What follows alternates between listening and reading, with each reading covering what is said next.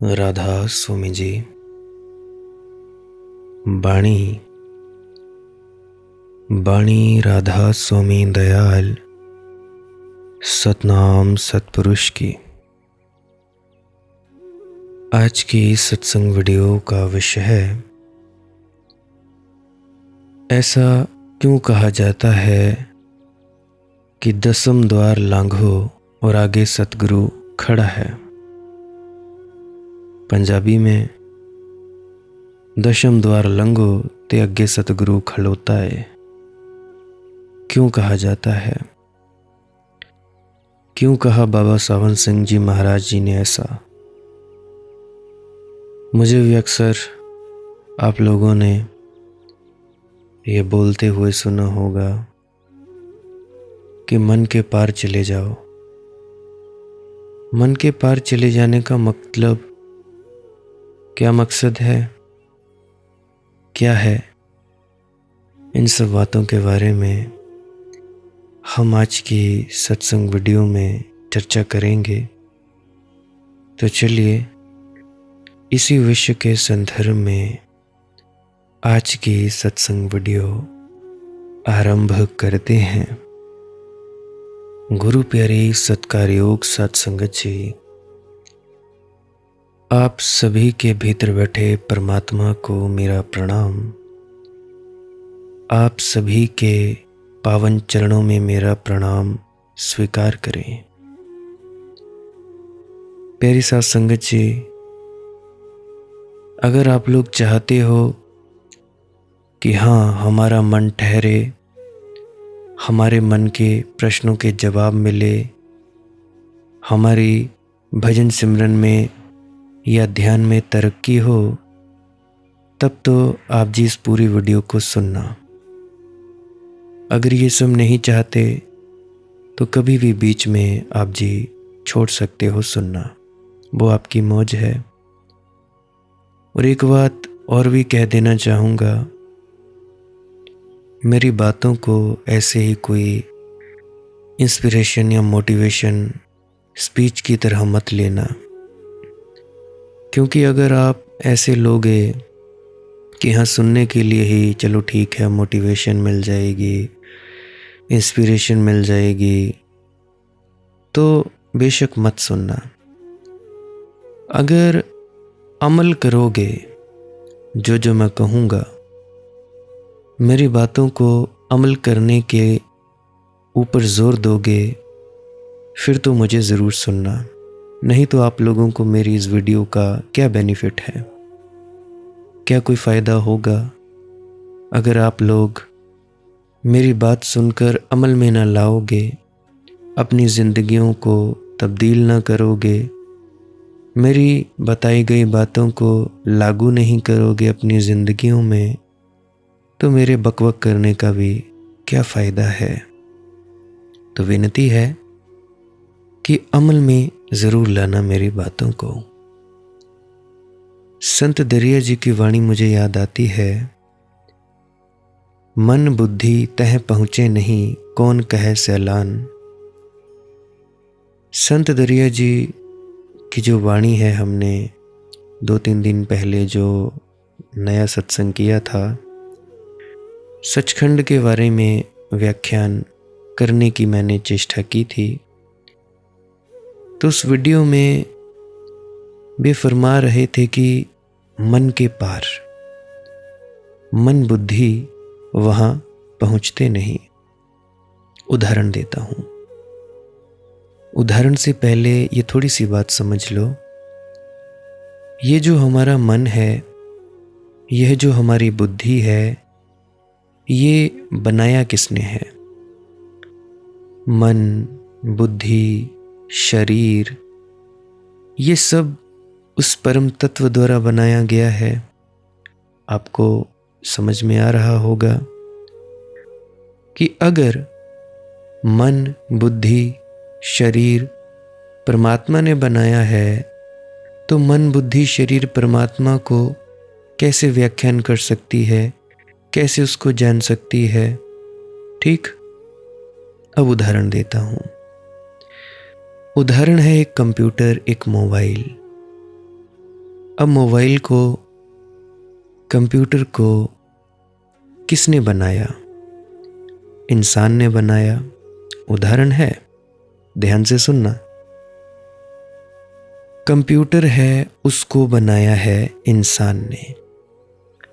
अब कंप्यूटर का जन्मदाता है इंसान।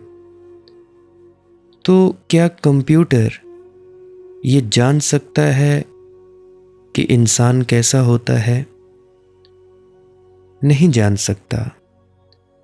क्या कंप्यूटर इंसान की महिमा जान सकता है कि वो क्या है? नहीं जान सकता है। क्यों? क्योंकि कंप्यूटर एक सीमित है और इंसान ने उसे बनाया है। जैसे मूर्तिकार, मूर्ति बनाने वाला मूर्ति को बनाता है। अब मूर्तिकार को नहीं जान सकती कि वो कैसी है। अब कंप्यूटर हमारे जो हैं, हमारे मोबाइल हैं, ये भी छोटे कंप्यूटर हैं, जेब में डाले जा सकते हैं। अब इन कंप्यूटरों को अगर हम नहीं बताएंगे, आर्टिफिशियल इंटेलिजेंस को हम नहीं बताएंगे, नहीं डेटा देंगे अपने बारे कि हम क्या हैं, हम क्यों हैं, तो क्या कंप्यूटर जान पाएगा, मोबाइल जान पाएगा, आर्टिफिशियल इंटेलिजेंस जान पाएगी कि हम इंसान कौन हैं? नहीं जान पाएगी। डेटा दिया जाता है, अपने बारे में सिखाया जाता है इन मॉडल्स को। ठीक उसी प्रकार से जब तक परमात्मा नहीं चाहता कि ये व्यक्ति मुझे जाने, तब तक कोई व्यक्ति उसे कैसे जान सकता है? आप बूझे ते बुझाए, जिन आप पछाता।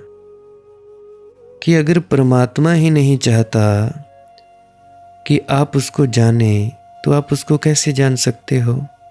जरा सोचो। ये पूरा जीवन एक खेल है, एक लीला है। अब आप लोग बहुत से हैं जो चेष्टाएं करते हैं दूसरों को समझाने बुझाने की कि यार नहीं, तू यहाँ से आ जा, ये काम मत कर, तू इधर आ जा, तू वो कर, तू नहीं नहीं मेरे रास्ते लग जा। तो जब तक परमात्मा ही उसमें सूझबूझ नहीं देगा, बिरह और तड़प नहीं देगा, तब तक वो व्यक्ति क्यों परमात्मा के पीछे जाएगा? क्यों उसके भीतर खोज होगी? परमात्मा ही अगर न चाहता हो कि हम उस तक पहुँचें, तो हम उस तक पहुँच कैसे सकते हैं? अब जैसा कि मैं आप लोगों को बोल रहा हूँ, मैं बातें कर रहा हूँ आप लोगों से, तो सवाल ये पैदा होता है कि क्या परमात्मा ने हमें चुन लिया है? क्या हम पात्र हैं उसको उपलब्ध हो जाने के लिए? तो मैं कहता हूं कि जी हाँ, आप सभी पात्र हो।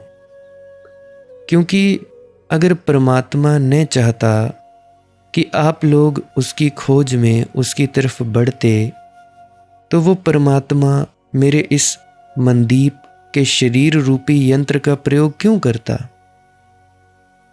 परमात्मा मेरे इस यंत्र का, मेरे इस शरीर का प्रयोग ले रहा है आप लोगों को कुछ बताने के लिए, और उसकी ही दया मेहर है कि आप लोग उसकी दया मेहर के कारण ही मुझे सुन पा रहे हो, मुझे सुनते हो, अमल में ला रहे हो बातें। तो इसका साफ साफ मतलब यही है कि वो चाहता है कि आप लोग परमात्मा तक आ जाएं, आप लोग उसे उपलब्ध हो जाएं। क्योंकि अगर वो ही नहीं चाहता तो आप कैसे मुझे सुनते, या कैसे किसी गुरु, पीर, पैगंबर के पास जाते?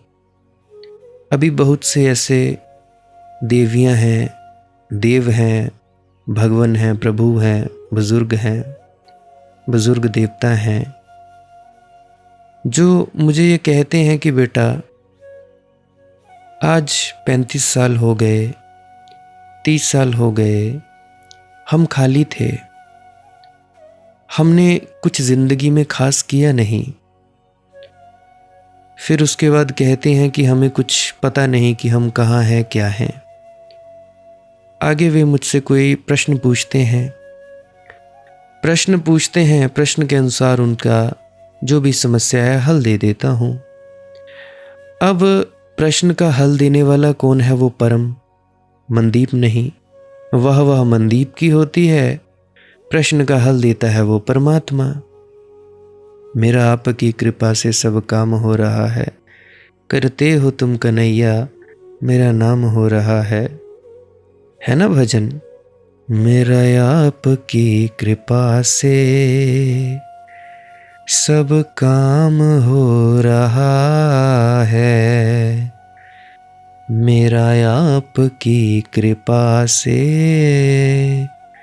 सब काम हो रहा है, करते हो तुम कन्हैया,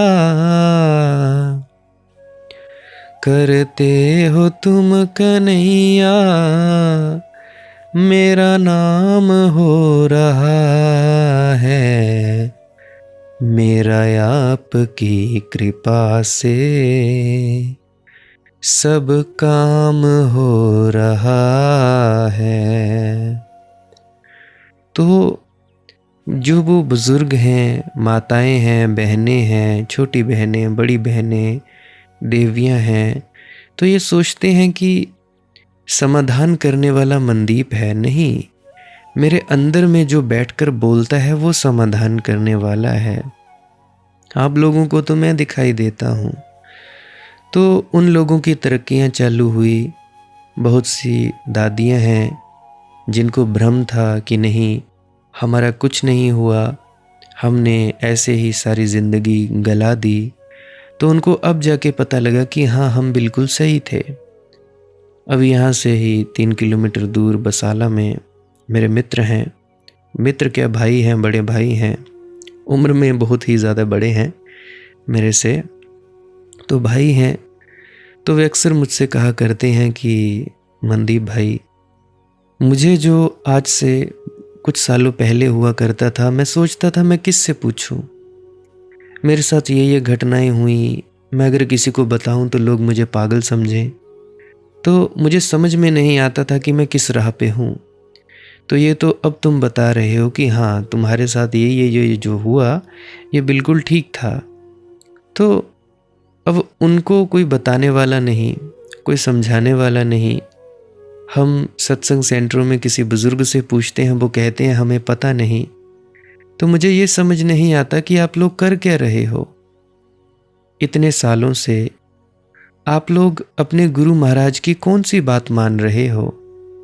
किस गुरु के प्यार में आप बैठ रहे हो? कई लोग हैं जाप करके उठ जाते हैं, शब्द धुन सुनने को नहीं बैठते।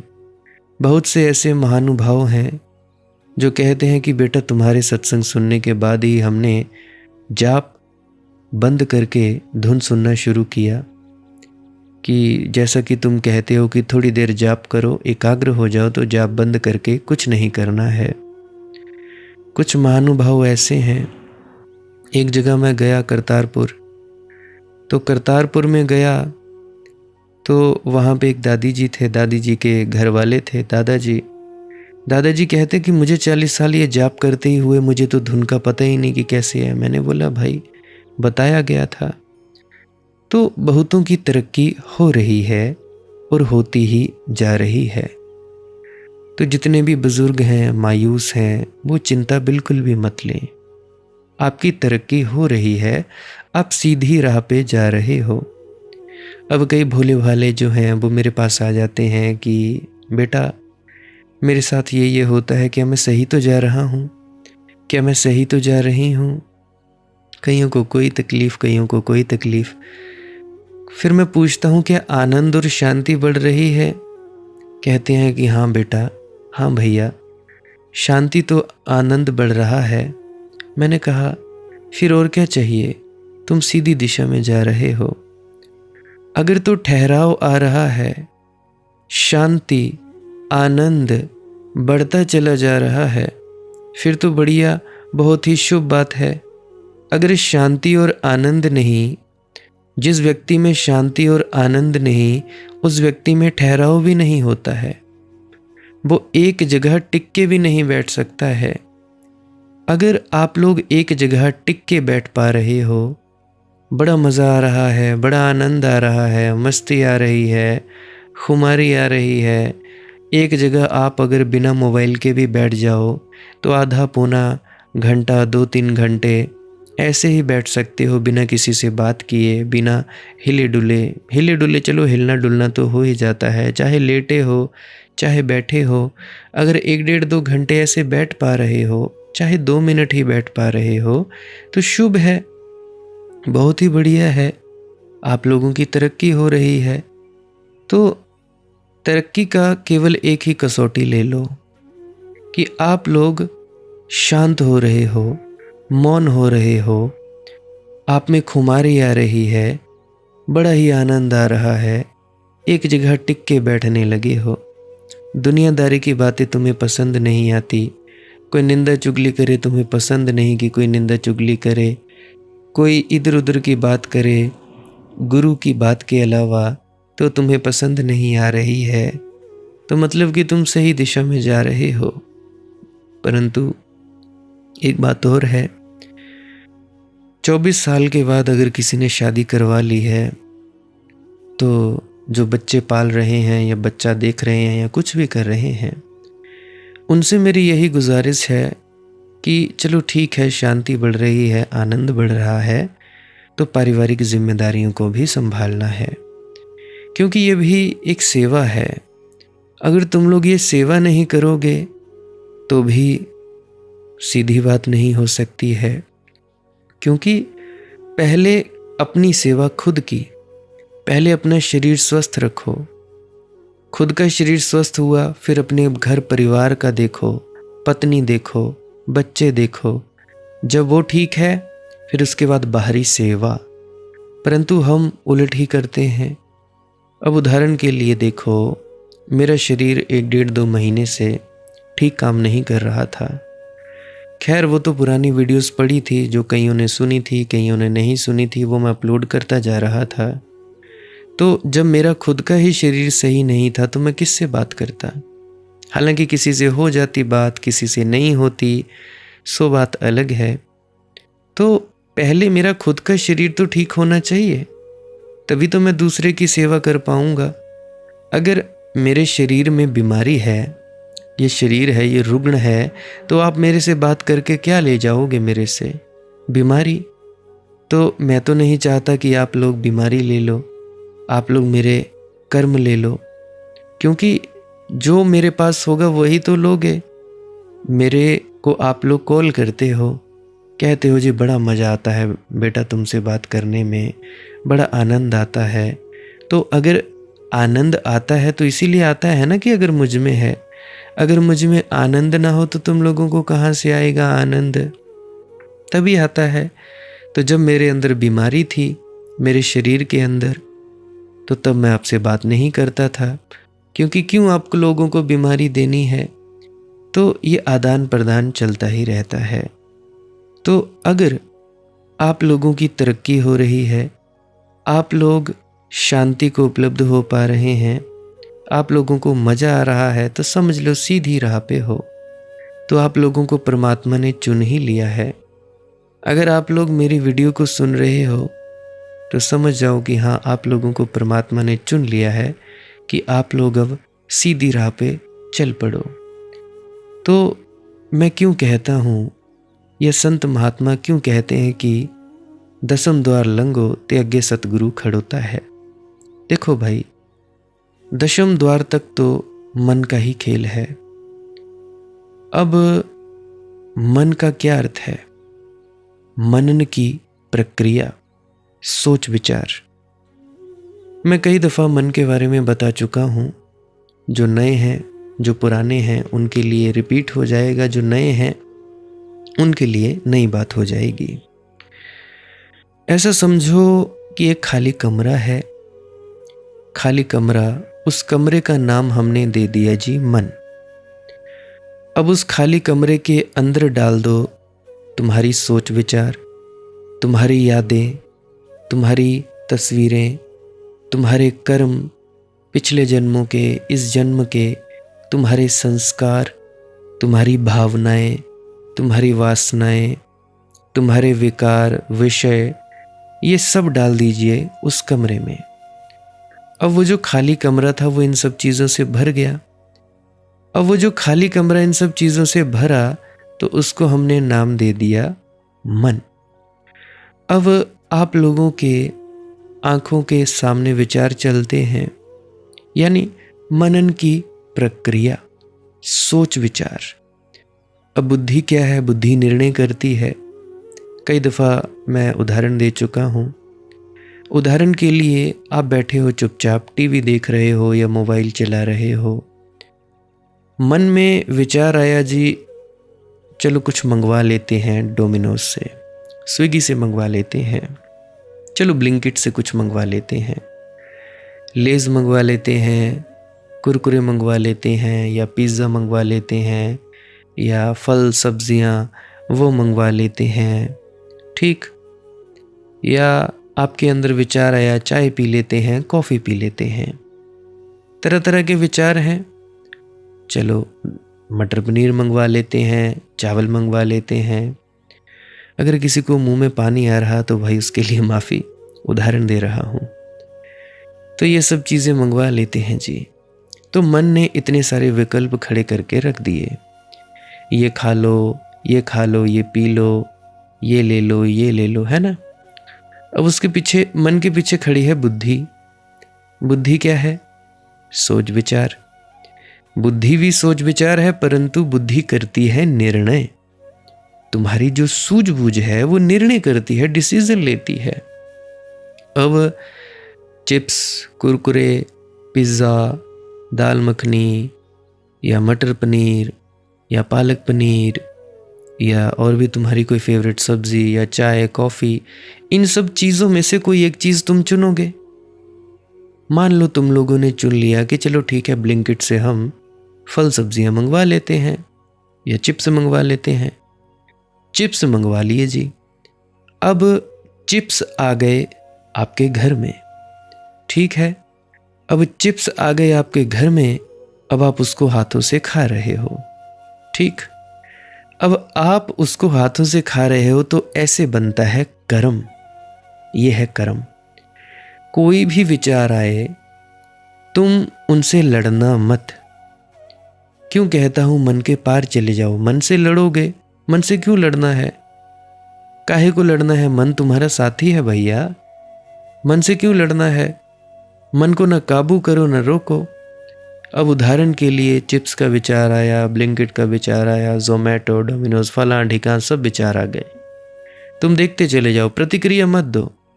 अपनी बुद्धि का उपयोग लो कि मैंने कुछ करना ही नहीं है, ठीक। इसको बोलते हैं अवेयरनेस, जागृता। साक्षी होकर देखो कि भाई मैंने कुछ नहीं करना है।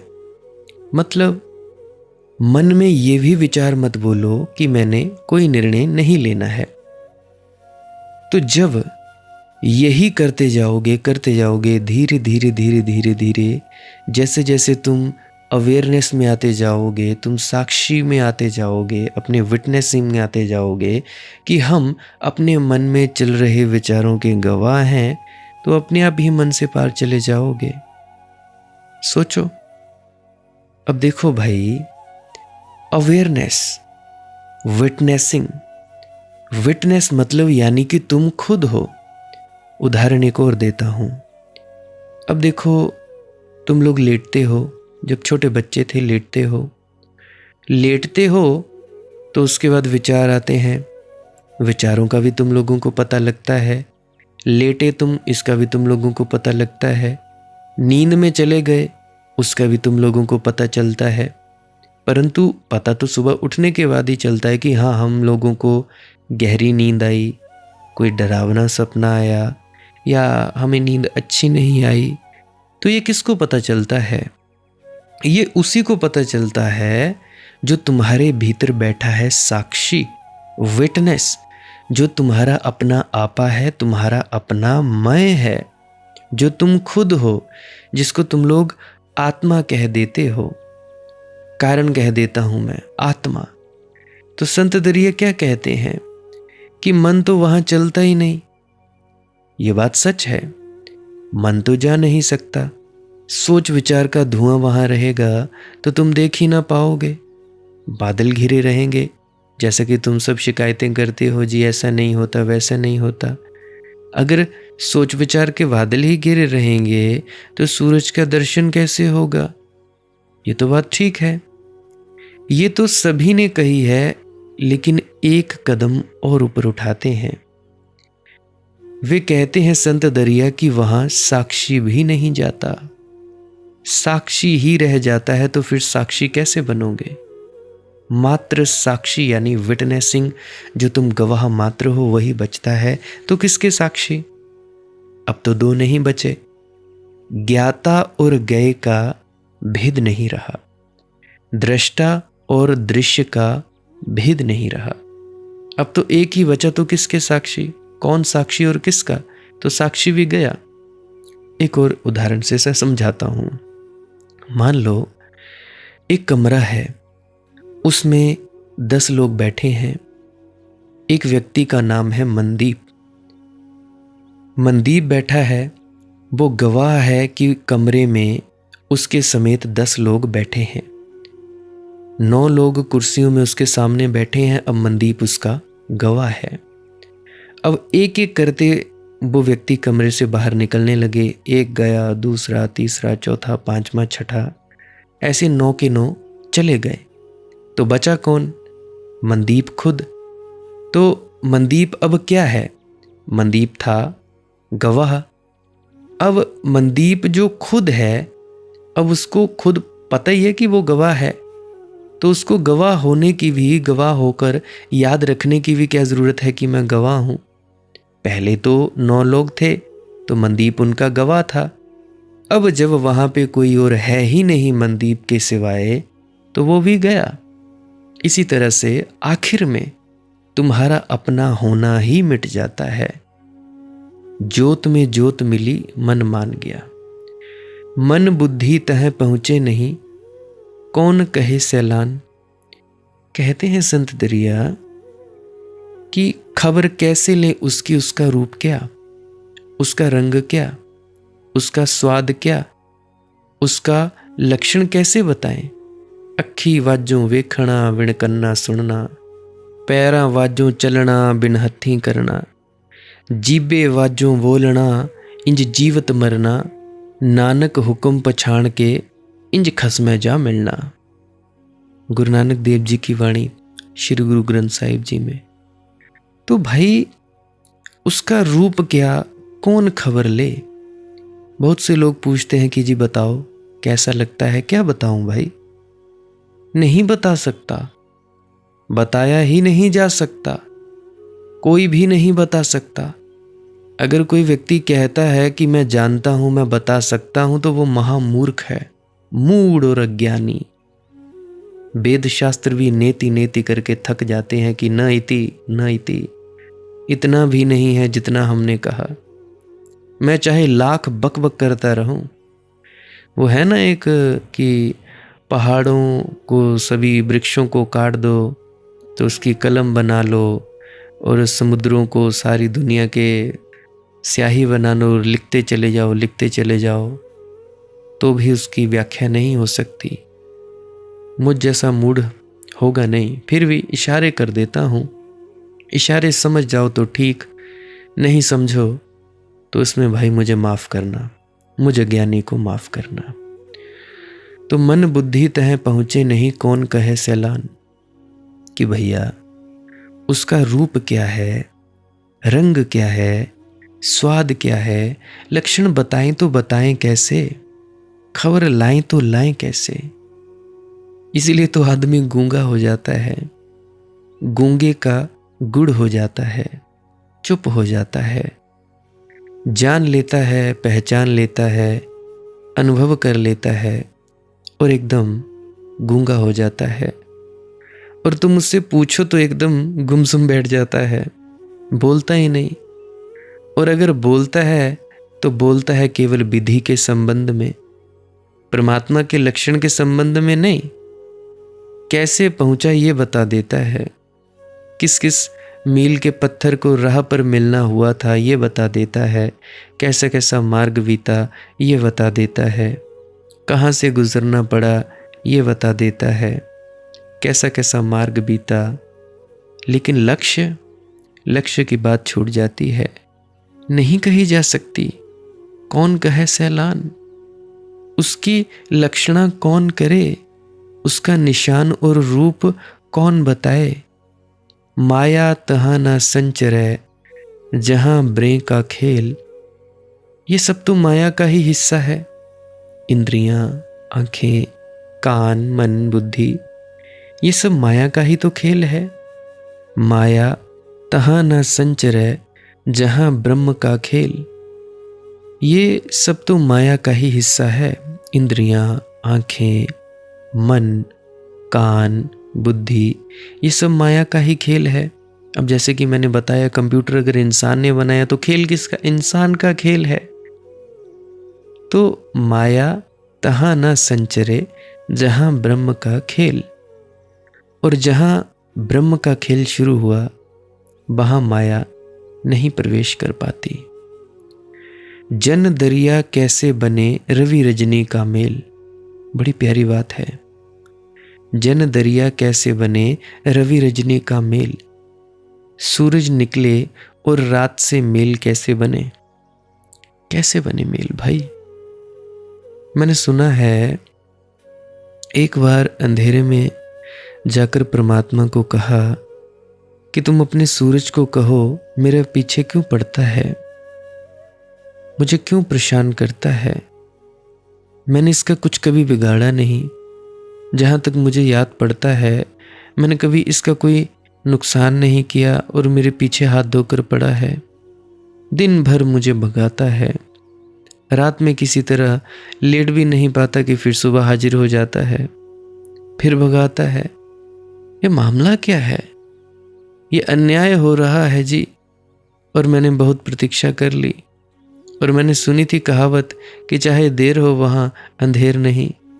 लेकिन देर भी हो गई और अंधेर भी हो रहा है।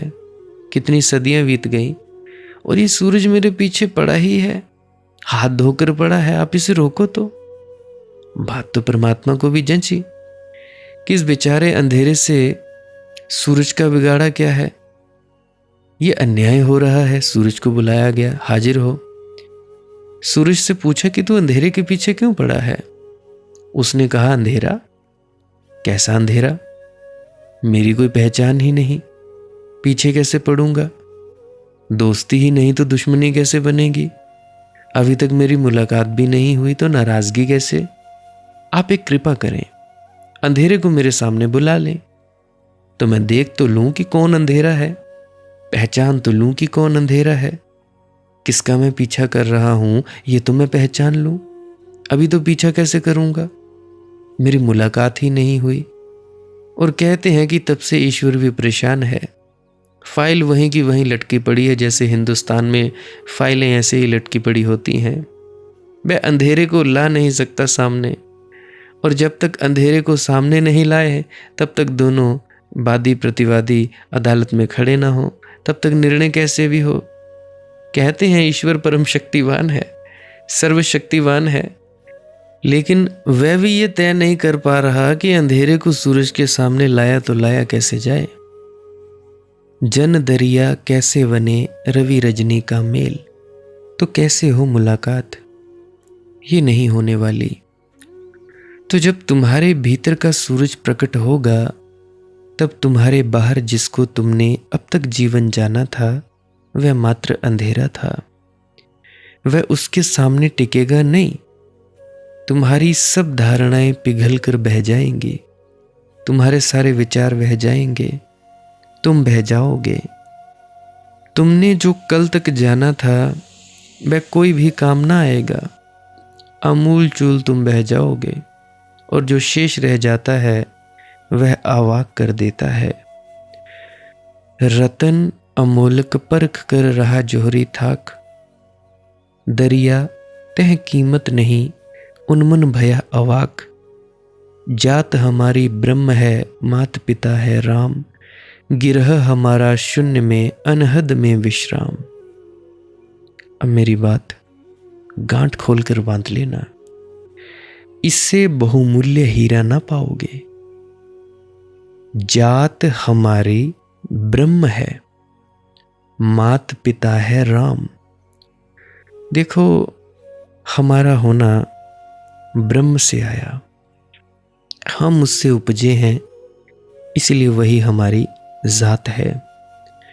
हम उससे उपजे इसलिए वही हमारी माँ है, वही हमारा पिता है। बाकी सब माता पिता औपचारिकता हैं, बाकी सब जातियाँ व्यवहारिक हैं। असली जात ब्रह्म, असली माता पिता परमात्मा। गिरह हमारा शून्य में, और हमारा जो घर है वो शून्य में है। बाकी तुम जिसने घर बना रहे हो सब व्यर्थ जाएंगे। जब तक शून्य को खोज लो तब तक असली घर ना मिलेगा। गिरह हमारा शून्य में, हमारा शून्य में असली घर है। शून्य यानी जहां विचार थक कर गिर जाए, जहां मन उन्मन हो गया, जहां बुद्धि भी गई, जहां कुछ भी ना बचा। शून्य सन्नाटा रह गया, सिर्फ सब जो तुम जानते थे अनुपस्थिति हो गया, सब हट गया। एक कोरा आकाश रह गया, असीम आकाश। तो पूछते हैं कई लोग, जब तुम उस अवस्था में होते हो तो क्या सोचते हो? सोचना विचारना तो यहीं छूट गया। क्या महसूस करते हो? महसूस करना तो यहीं छूट गया। क्या अनुभव करते हो? अनुभव करने वाली बुद्धि भी, मन भी यहीं रह गया। कुछ नहीं। मैं तो बस कह सकता हूं कि वहां कुछ नहीं है। कुछ नहीं भी नहीं है। ना तो कुछ नहीं है और ना ही कुछ नहीं भी नहीं है। अब मुझे नहीं पता कि मैं अब ये क्या कह रहा हूं। समझ आए तो ठीक, नहीं तो हरी इच्छा। तो कुछ होता ही नहीं भाई, बताएं क्या? तुम बस वहां पहुंच जाओ। बस ये बता सकता हूं कि आनंद ही आनंद है। तुम भीतर चले जाते हो, अंदर चले जाओ, आनंद ही आनंद है। तुम्हारे दर्द, शरीर में दर्द हो रहा है, अंदर चले जाओ, दर्द शरीर को होता रहेगा, कर्मों का लेन देन होता रहेगा। अब जिस व्यक्ति को कोमा आती है, कोमा में चला जाता है कि नहीं जाता है व्यक्ति। अब परमात्मा की देखो कितनी महिमा है। परमात्मा को पता है कि ये जो व्यक्ति है इसके कर्म बड़े भारी हैं, ये कर्मों का हिसाब किताब चुकाने में इसको दर्द बहुत होगा, इससे झेला नहीं जाएगा। तो क्या करता है परमात्मा? कोमा में भेज देता है। कोमा में चला जाता है व्यक्ति, दर्द चला रहता है, शरीर में चला रहता है, काट पीट छांट सब चली रहती है। जितने वर्ष व्यक्ति कोमा में रहता है, मतलब कि उतने वर्ष भयंकर दर्द, भयंकर पीड़ा उसने सहनी थी। फिर भी परमात्मा की दया देखो कोमा वाले व्यक्ति के लिए। याद रखना, जो व्यक्ति कोमा में जाता है, पिछले जन्म ने उसने भयंकर से भयंकर कार्य किए होते हैं। भयंकर, अति भयंकर। लाखों करोड़ों लोगों को घाट उतार दिया जाता है मौत के। पिछले जन्म की बात कहता हूं मैं उनकी। वही व्यक्ति कोमा में जाते हैं। बाकी जो दर्द सहते हैं, कईयों को कोई बीमारी, कईयों को कोई बीमारी, ये बीमारियां सब कर्म अनुसार। कोई मुझसे पूछ रहा था कि क्या फकीरों को भी कर्म भुगतने पड़ते हैं? मैं कहता हूं देखो, शरीर कर्म भुगतेगा ही भुगतेगा। कर्म जो जो किया है उसका भुगतान करना ही पड़ेगा। मैं नहीं कहूँगा कि संतों के कर्म नहीं होते। हाँ, एक बात पे ये सच भी है कि संतों के कर्म नहीं होते, परंतु एक हिस्से पर यह झूठ भी है। मैं दोहरी बातें कहता हूँ। दोहरी बातें इसीलिए ताकि तुम लोग जो हो वो संतों को सिर पे बिठा लेते हो और खुद सोचते हो कि हम बड़े नीच हैं। अरे भाई, संत भी पिछले जन्मों में ऐसा ही था। संत तभी होता है जब वो सच के साथ जुड़ा होता है। जब कोई संत हो जाता है सच के साथ जुड़कर, तब उसके कोई कर्म नहीं होते। परंतु जो पिछले कर्म है उसका तो हिसाब किताब देना पड़ेगा ना। उदाहरण के लिए एक खेत है जी, तुम लोगों ने उसमें मक्की बीज दी, तुम लोगों ने उसमें बीज दी गेहूं। अब गेहूं बीज दी पुराने समय में, 6 महीने पहले गेहूं बीजी या मक्की बीजी, तो भाई उसको खाने के लिए तुम्हें आना तो पड़ेगा ना, उसको काटना तो पड़ेगा ना। अब मान लो तुमने बीज दी है गेहूं, बड़ी हो रही है, 2 महीने की गेहूं हो गई। अब 2 महीने बाद तुमने निर्णय किया कि ना, हम नहीं बीजेंगे कुछ भी। तो भैया, जो तुमने फैसला लिया है कि हम खेत में कुछ नहीं बीजेंगे, तो जो वो 2 महीने की गेहूं है वो 4 महीने के बाद पकेगी कि नहीं पकेगी? तो 6 महीने बाद वो पूरी पक जाएगी तो तुम्हें काटनी पड़ेगी। अब जो पुराना कर्म का हिसाब किताब है वो तो देना ही पड़ेगा ना। खाते वही तो बंद करके जाने ही पड़ेंगे ना। अगर खाते वही बंद नहीं करोगे तो अगला जन्म तैयार है। महात्मा बुद्ध का यही हाल है, फिर से जन्म लेंगे। ओशो का यही हाल है, फिर से जन्म लेंगे। जिद्दू कृष्ण मूर्ति का यही हाल है, फिर से जन्म लेंगे। तो ये व्यक्ति जन्म लेंगे ही लेंगे। क्यों लेंगे? क्योंकि अभी थोड़े कर्म बाकी हैं, लेखा जोखा बाकी है। या तो मार दिया गया इनको, या तो पहले ही शरीर छोड़ दिया, या करुणावश रुक गए हैं। तो इतनी सी बात है। कर्म हर किसी को भोगना पड़ता है। हर कोई व्यक्ति, किसी भी संत महात्मा को ले लो, चाहे बाबा सावन सिंह जी को ले लो, चाहे महाराज चरण सिंह जी को ले लो, चाहे गुरिंदर सिंह जी महाराज को ले लो, चाहे और भी न जाने कई कई संतों को ले लो, रामकृष्ण परमहंस जी, गले का कैंसर। तो आखिर में सबसे भयंकर कर्म आते हैं, सबसे भयंकर दुख। तो भाई कर्मों का लेखा जोखा देना ही पड़ता है। भीतर जब जाओगे आनंद रहेगा। तो कोमा वाले का भी मैंने बता दिया। तो मैं बात कर रहा था कि गिरह हमारा सुन्न में, अनहद में विश्राम। और वहां कोई सीमा नहीं है, असीम है। अनहद, उसकी कोई हद नहीं है, वहीं विश्राम है। अनहद नाद चालू रहता है लगातार।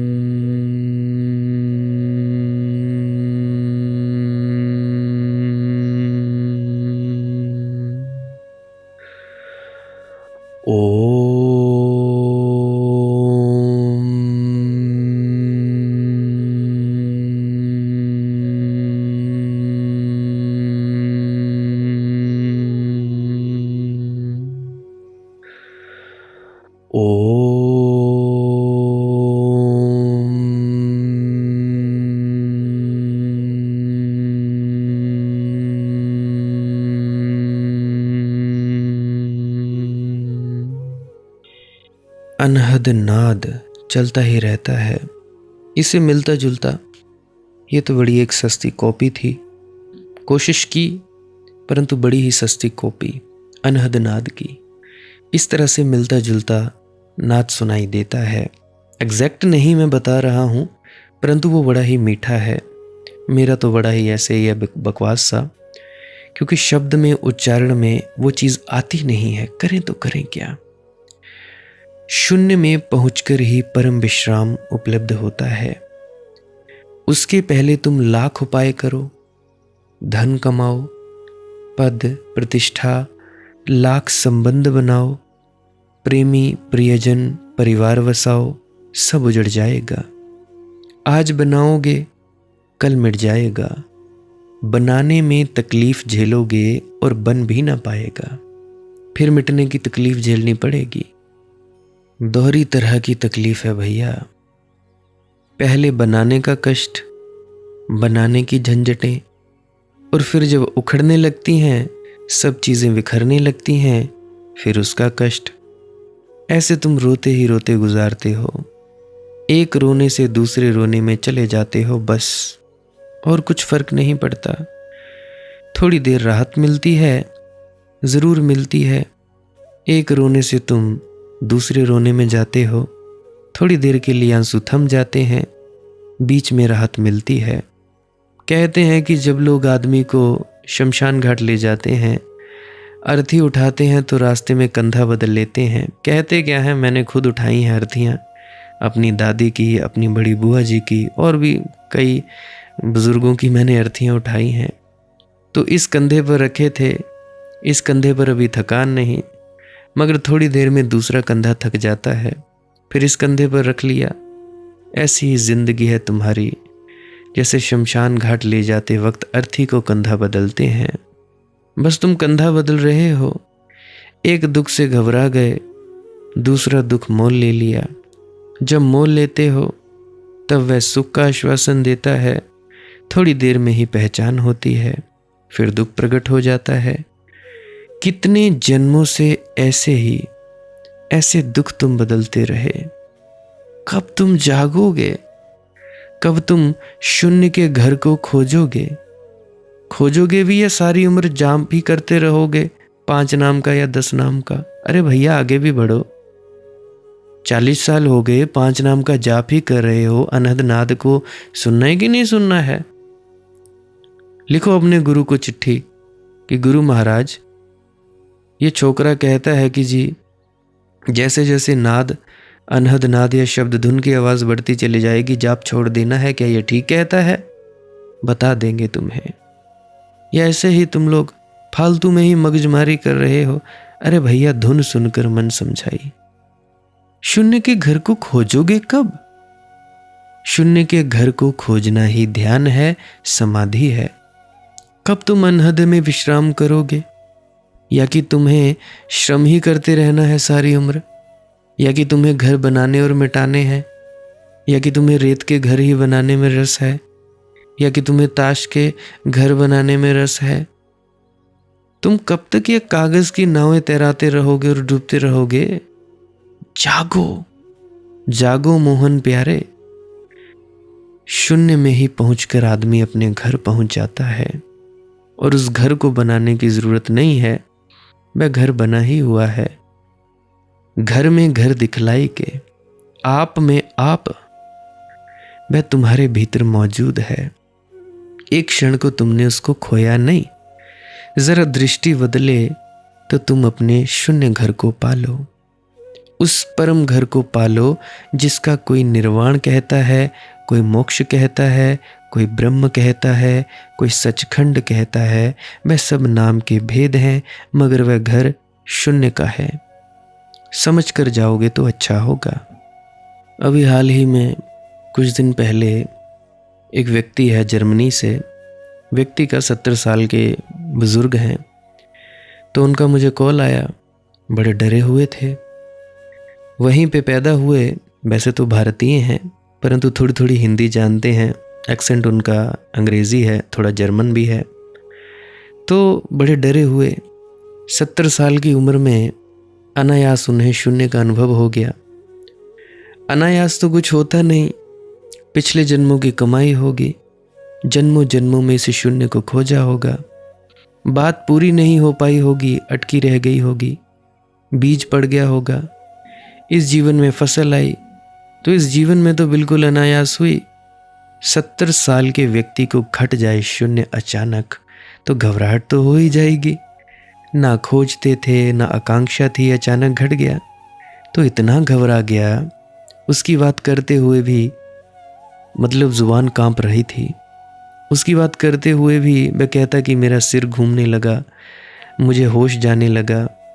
उसकी बात करते करते उसकी आंख बंद होने लगी होगी, घबरा गया। वह चाहता नहीं कि फिर कभी वैसा हो जाए। अब एक अपूर्व घटना थी, लेकिन एक घबराहट आ गई। अब घबराहट आ गई तो वह ध्यान करने में डरता होगा। अब वह डर रहा होगा कि भाई क्या होगा क्या नहीं। एक दफ़ा शून्य की छोटी सी झलक उसको मिली है। वह इतनी घबरा गई है कि यहाँ तो सारी शून्य की ही बात हो रही है, तो वह डरा जा रहा है, मरा जा रहा है, छोड़ भी नहीं सकता मुझे सुनना। कहता है जी रस आता है, मज़ा आता है, ऐसे जैसे पहले मैं शराब पीता था, अब मैं आपके सत्संगों को सुनता था। तो भाई मुझे ऐसा लगता है कि अतीत में किसी बौद्ध परंपरा का हिस्सा रहा होगा। बौद्धों ने शून्य को बड़ा बल दिया है।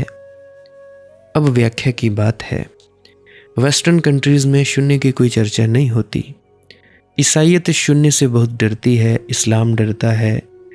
तो वेस्टर्न कंट्रीज़, पश्चिम में पैदा हुआ, ईसाईयत के ख्याल उसके मन में रहे होंगे, और जब उसने ये शून्य देखा तो वह बहुत बड़ा घबराया।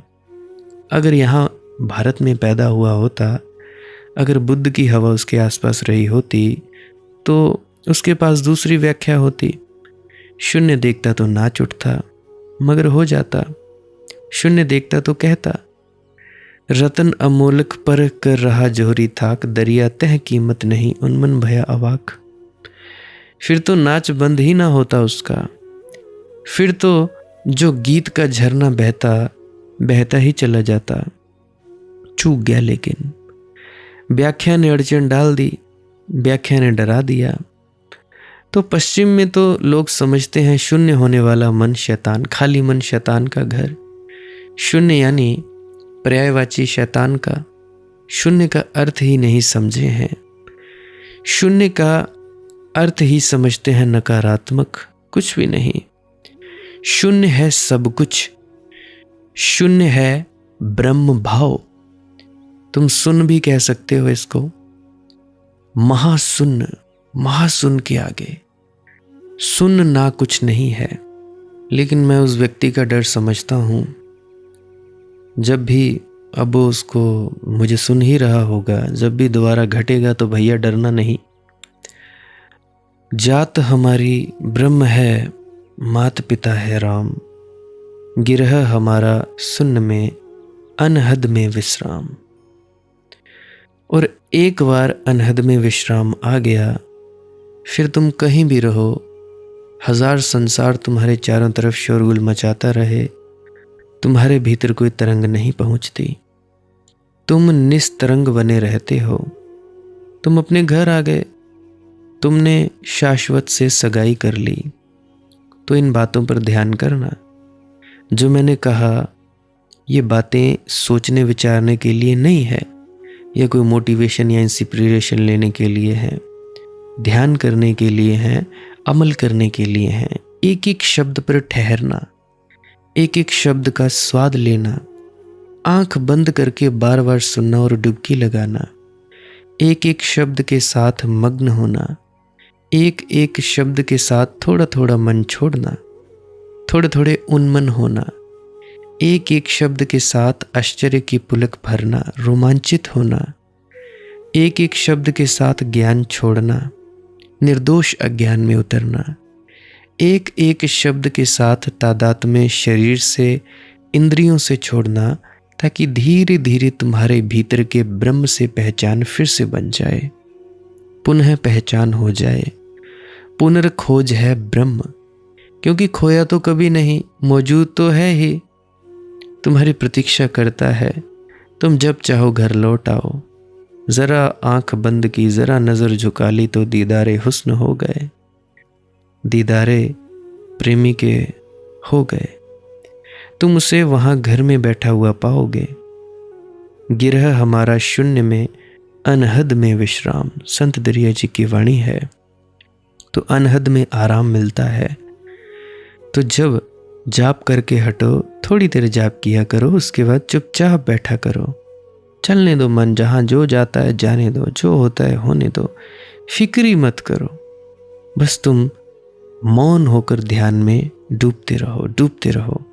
शब्द धुन अवश्य सुनाई देगी, अनहद नाद अवश्य सुनाई देगा। अनहद नाद जैसे जैसे सुनाई देगा, फुर्सत के लम्हे ढूंढो और चुपचाप बैठ जाओ मौन में। क्या दिक्कत है? कोई दिक्कत नहीं है। ध्यान कोई बड़ी मुश्किल बात नहीं है, 5 साल का बच्चा कर सकता है। 7 साल का, तो कोई मुश्किल नहीं है। बस बैठना है खाली, करना धरना कुछ नहीं है। कुछ करने के लिए दौड़े तो फिर भैया बड़ी बड़ी दिक्कत है, करना धरना कुछ भी नहीं है। तो यही विनती है कि भाई अमल में लाया करो, अमल में लाना है। बाकी बार बार सुन सकते हो, अगर नहीं समझ में आया, आनंद आया तो भाई फिर से बार बार सुन सकते हो। आपकी अपनी मौज है, आपकी अपनी इच्छा है, जैसा भी आपको ठीक लगे वैसा कर सकते हो। कोई प्रश्न है तो व्हाट्सएप कर सकते हो मुझे 9882558872 98 825 58 872। व्हाट्सएप करना, कॉल मुझसे पूछकर ही करना, क्योंकि अभी सेहत धीरे धीरे और सुधर रही है। पूरा स्वस्थ हो जाएगा ये शरीर, फिर तो कोई बात नहीं। कॉलिंग पूछकर ही करना। तो आपका धन्यवाद। भजन सिमरन क्या है, श्वास क्रिया क्या है, शब्द धुन क्या है, कैसे सुने, किन्हीं को नहीं सुनती तो आप जी अभी मैं क्लिप लगाए दे रहा हूँ, उसको सुनकर ज़रूर जाइएगा। धन्यवाद आपका। भजन सिमरन क्या है? भजन और सिमरन दो अंग हैं। सिमरन है कुछ शब्दों का जाप करना जो आपको आपके सद्गुरु द्वारा बताए जाते हैं। कोई भी जाप हो सकता है, कोई भी शब्द हो सकते हैं। करना क्या है? किसी कमरे में बैठ जाइए, या रात को बैठ सकते हैं, सुबह बैठ सकते हैं, या जब भी आपको फुर्सत के लम्हे मिले बैठ सकते हैं। तो जब बैठें तो शरीर को बिना हिलाए डुलाए बैठना है। जो बैठ नहीं सकता तो वो लेट जाए, जो चौकड़ी नहीं मार सकता वो टांगे सीधी कर ले। कोशिश ये रहनी चाहिए कि ज़्यादा से ज़्यादा वक्त शरीर को बिना हिलाए डुलाए बैठा जाए। उसके बाद अपने शब्दों का जाप शुरू कर दें। आंख बंद रखें, आंखों पर ज़्यादा जोर नहीं लगाना है, कोई कष्ट नहीं देना है, नहीं तो सर में दर्द होगा और फिर आप लोगों को परेशानी हो सकती है। तो आपने क्या करना है? चुपचाप शांत होकर बैठे रहना है, शब्दों का जाप शुरू कर देना है। जितनी देर भी आप करना चाहो, आधा घंटा, पौना घंटा, 10 मिनट, 15 मिनट, या जितनी भी आपको आपके सद्गुरु द्वारा दिया गया निर्देश है, जितना निर्देश है उसका पालन कीजिए। और उसके बाद दूसरा स्टेप करना बड़ा ही ज़्यादा ज़रूरी है। वो क्या है? वो उसी अवस्था में बैठे रहें या आसन भी बदल सकते हैं।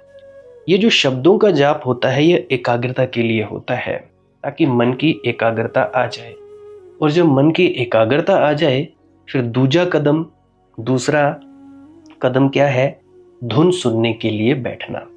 चुपचाप बैठे रहें, आंख बंद है, शब्दों का जाप बंद कर देना है।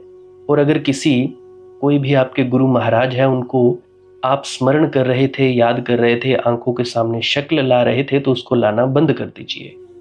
शब्द धुन सुन रही है तो सुनते रहिए, आंख बंद करके अंधेरे में ही टिके रहें। टिके रहना है और ये इच्छा नहीं करनी है कि कुछ दिखे, कहीं पहुंचा जाए, परमात्मा को पाना है, ये करना है, वो करना है। याद रखें, ना कुछ समझना है, ना कुछ देखना है। ऐसे ही अज्ञानी होकर इसी अंधेरे में पड़े रहें। इसी अंधेरे में पड़े रहना है बस। उसके बाद जो होगा सो होगा। और अगर कोई अनुभव हो भी गया तो इससे ये नहीं कि अगली बार फिर से कामना करनी है कि ये वैसे ही हो। कामना ही सबसे बड़ी अड़चन है, इच्छा ही सबसे बड़ी अड़चन है, किसी चीज़ की तृष्णा करना ही सबसे बड़ी अड़चन है, मांग ही वासना है। अगर परमात्मा चाहिए तो कुछ नहीं मांगना है, चुपचाप बस बैठो, अपने आराम में बैठो, अपने विश्राम में बैठो। धीरे धीरे धीरे वो होगा जो होना चाहिए।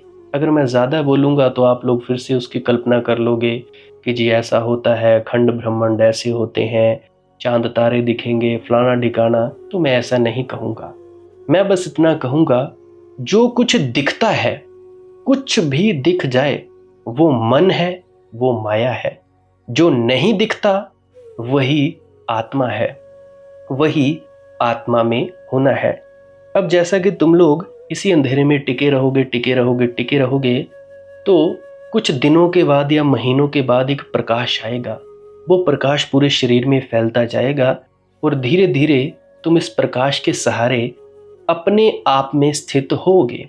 अब देखो, इस प्रकाश को देखने वाले भी तुम हो और इस शब्द धुन को सुनने वाले भी तुम हो। अब जो ये शब्द धुन को सुनता है और प्रकाश को देखता है, ये तुम हो।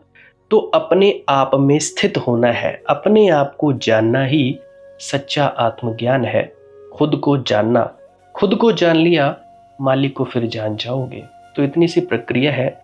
और आगे आप श्वास क्रिया भी कर सकते हो। ये मुझे बताई गई थी विजय शर्मा जी द्वारा। वो एक उच्च कोटि के संत हैं, तो उन्होंने मुझे बताई, अब मेरा फर्ज बनता है कि आप सभी को बताऊं। वैसे तो मैं रोज रोज बताता हूं, फिर भी आज फिर से बता रहा हूं। श्वास क्रिया क्या है? नाक से सांस लेना है, मुंह से छोड़ना है। लंबा सांस लेना है नाक से और मुंह से छोड़ देना है। 15 मिनट करें, 20 मिनट करें, आधा पौना घंटा, जितनी देर भी आप कर सकते हो करें। करने के बाद करना कुछ नहीं है, चुपचाप आंख बंद करके बैठ जाना है। लेट सकते हो तो लेट सकते हैं, वो आपकी अपनी इच्छा है। नींद आ जाए तो सो जाना है, कोई शरीर को कष्ट नहीं देना है। अगर सर घूमे घूमने देना है, अगर आपका शरीर कांपे तो कांपने देना है। उसकी आपने दिक्कत, परेशानी और चिंता नहीं लेनी है, ये सब होता ही है। और मरने से डर लगे तब भी नहीं डरना है, ये होता ही है। क्या कहा मैंने? 15 से 20 मिनट कर सकते हैं, उसके बाद चुपचाप बैठें और अपने भीतर अपने आप उतर जाओगे। ठीक है जी। प्रेग्नेंट लेडीज़ बिल्कुल ना करें, जिनको दिल की बीमारी है या गोलियां वगैरह खाते हैं वो भी बिल्कुल ना करें, और बाकी सब कर सकते हैं। जिनको नींद नहीं आती वो अवश्य करें, और जिनको थोड़ा डिप्रेशन रहता है वो भी अवश्य करें, और जिनके बच्चे थोड़े पढ़ाई में कमज़ोर हैं वो भी ज़रूर करें। बाकी आपकी मौज है, करना हो करिए, नहीं तो आपकी अपनी अपनी इच्छा है। और ध्यान दें, जब सिमरन करें तो उसके बाद सीधा भजन पे बैठें, और जब ये श्वास क्रिया करें तो इसके बाद सीधा भजन के लिए बैठें। अलग अलग प्रक्रियाएं हैं। एकाग्रता के लिए है श्वास क्रिया, और एकाग्रता के लिए ही है भजन सिमरन। सिमरन भी एकाग्रता के लिए और श्वास क्रिया भी एकाग्रता के लिए। ठीक है, मिक्स नहीं करना है, अलग अलग करिए। अगर श्वास क्रिया करी तो उसके बाद सीधा धुन सुनने पर बैठें। अगर सिमरन के शब्दों का जाप किया उसके बाद फिर से धुन सुनने पर बैठें। बाकी आपकी अपनी मौज है, जो आपको रुचे वो कर सकते हो। अगर धुन सुनने लगे तो धुन सुनने पर ही डायरेक्ट बैठा जाए, परंतु श्वास क्रिया मत छोड़ना, क्योंकि श्वास क्रिया करने से शारीरिक, मानसिक और आध्यात्मिक लाभ मिलता है। तो बाकी आप कीजिए, आपकी मौज है। और कोई प्रश्न है तो कमेंट सेक्शन में पूछ सकते हैं, या इंस्टाग्राम, टेलीग्राम, फेसबुक पे सर्च करें मालिक की मौज सत्संग, तो वहाँ पे पूछ सकते हैं। प्रश्न पूछने से पहले एक विनती, आप लोग पुरानी सत्संग वीडियोस को अवश्य सुनिए। क्या पता आपके प्रश्नों के जवाब मिल जाएं और आप अपने भीतर ध्यान में उतर जाएं। बाकी आपकी अपनी मौज है। लाइक कर सकते हैं इस वीडियो को अगर आपको कुछ सीखने को मिला है, और कमेंट सेक्शन में राधा स्वामी ज़रूर लिखें। सब्सक्राइब कर सकते हैं इस चैनल को अगर रोज़ रोज़ नए नए सत्संग सुनना चाहते हैं। और बाकी आप सत्संग लगा के छोड़ दीजिए, और बस छोड़ दीजिए। सुनते सुनते आप ध्यान में प्रवेश करेंगे, या तो आप जी सो जाएंगे, तो आपकी मौज है। बाकी आप लोग अगर शेयर करना चाहो अपने मित्रों तक तो कर सकते हैं, नहीं तो मालिक की मौज है, कोई चक्कर नहीं है। आप मुझे इतने अंत तक सुनते हो, इतने अंत तक सुनने के लिए आपका बहुत बहुत शुक्रिया, बहुत बहुत धन्यवाद। और मुबारक हो आप लोगों ने जो आनंद प्राप्त किया। अब मैं अपने गुरु महाराज को प्रणाम करता हूँ। आप सभी के भीतर बैठे परमात्मा को भी प्रणाम करता हूँ। मेरा प्रणाम स्वीकार करें। राधा स्वामी जी।